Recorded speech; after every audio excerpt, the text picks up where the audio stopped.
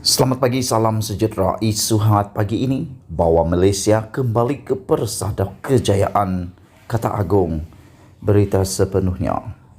Yang di-Pertuan Agong Al-Sultan Abdullah Riayatuddin Al-Mustafa Billah Shah bertitah, kerajaan dan semua pihak tanpa mengira fahaman politik harus berusaha merencana pelan jangka panjang bagi membawa negara kembali ke persada kejayaan dalam era pasca pandemik. Al-Sultan Abdullah bertitah bagi menempuh gelora masa hadapan dalam era pasca pandemik berkenan. Pengurusan negara memerlukan suatu rencana yang bitara mencakupi pelbagai sektor dan aspek kehidupan. Pada masa sama, rakyat beta turut berperanan dalam mendukung usaha murni kerajaan di samping terus berusaha mendepani sabarang cabaran. Natijahnya, pemulihan negara memerlukan simbiosis yang erat antara kerajaan dan rakyat beta. Perpaduan dan kebersamaan dalam sebuah masyarakat yang mempunyai pelbagai latar belakang sebenarnya adalah resepi dan kekuatan membentuk aspirasi nasional. Ia adalah tiang kemakmuran negara dan menyumbang kepada keamanan dan kestabilan. Titah Seri Paduka. Al-Sultan Abdullah bertitah demikian sempena sambutan ulang tahun Hari Keputeraan Rasmi Seri Paduka Baginda hari ini. Titah ucapan Baginda berkenan turut disiarkan secara langsung melalui televisyen tempatan malam tadi.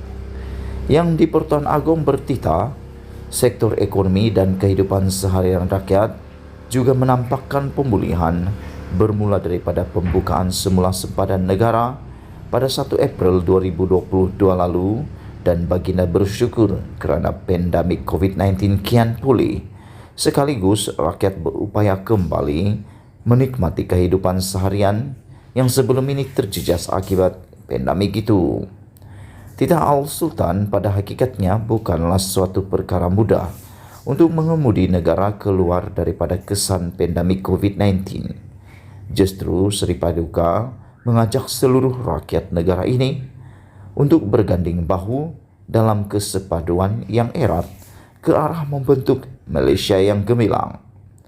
Yang di-Pertuan Agong bertitah, pemulihan dan kebangkitan negara yang diimpikan tidak mungkin menjadi realiti jika rakyat berpecah belah dan gagal untuk mewujudkan lanskap kehidupan yang stabil.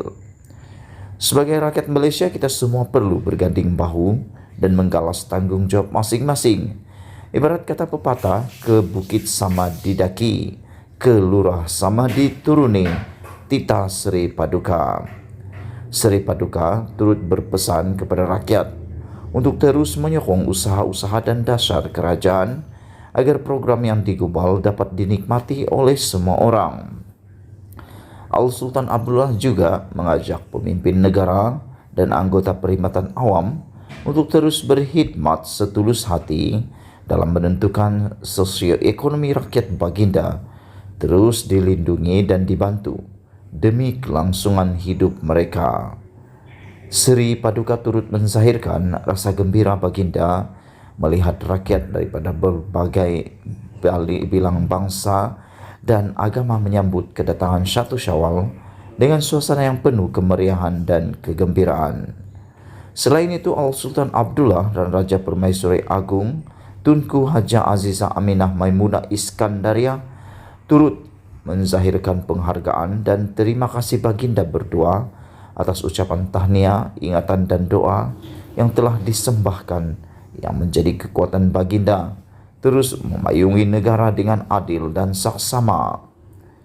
Seri Paduka berdoa turut menzahirkan ucapan tahniah di atas pencapaian atlet negara dalam temasa sukan SEA ke-31 di Hanoi, Vietnam baru-baru ini.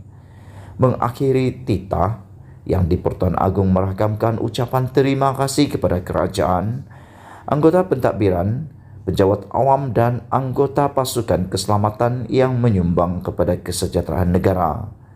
Marilah sama-sama kita berdoa semoga rakyat Malaysia dan negara kita yang cinta ini akan terus kekal aman dan makmur serta sentiasa berada di bawah perlindungan Allah, serta dijauhi daripada musibah dan bala bencana. Tita Sri Paduka. Sekian isu hangat pagi ini. Jangan lupa tinggalkan komen Anda, tekan butang subscribe dan kita jumpa lagi. Bye-bye.